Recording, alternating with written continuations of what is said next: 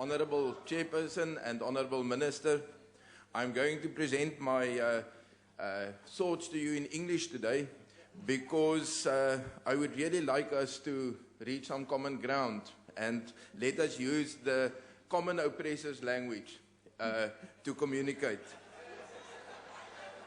We understand very well the need that the ANC government has to transform the higher education sector of South Africa. And we also understand that each speech starts with a narrative saying, this is so many years since Rivonia, so many years since Tata Mandela was born, because it puts everything into a context. And context is actually very important. We realize that. We as Afrikaners also have a decolonizing history. We have a narrative which starts with the devastation of the Anglo-Boer War, when impoverished peasants and urban laborers wanted to climb the ladder from there on in the economy, and just as you regarded education, and especially higher education, was regarded as one of the most important ways to do so. If I share our narrative, it's not as a competitive narrative or to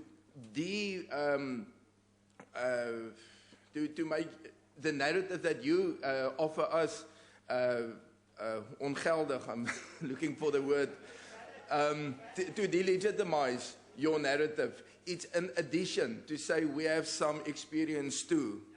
Now, when Afrikaners were offered by the conquering British Empire the opportunity to become part of this big empire and to share in the benefits of established English institutions, many of our ancestors declined that.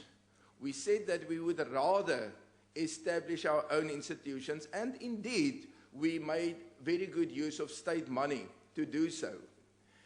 But we started with third-rate or so-called third-rate institutions, and we gradually built them up with a work ethics and a dogged hidden curriculum of we are going to show them that we are just as good or even better.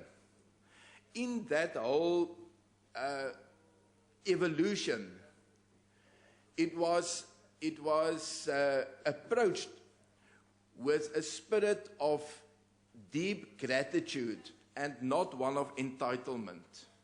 And I think that is one of the main problems why I don't desire your job, because you have to deal with a youth who works with a deep sense of entitlement that anything that they do not have, you owe to them, and that it is not necessary to do very much by oneself. Now, I think if I look at the last document that the Department of Higher Education presented regarding legal training in South Africa, they made a great point of transformative constitutionalism, which has to be integrated into each and every legal course in South Africa. I'm very worried about that because this is a form of thought police. Progressive, transformative constitutionalism isn't an objective or a widely appreciated form of legal training. It actually undermines the whole idea of a constitution which is enduring, and of the law of precedent. Now, one of the main functions of a legal system is to give people certainty of their legal position, to know beforehand what may I do and what may I not do, what are my rights. When we have a transformative constitutional bench, then it's basically impossible to know how the judge is going to interpret transformative demands in this specific case.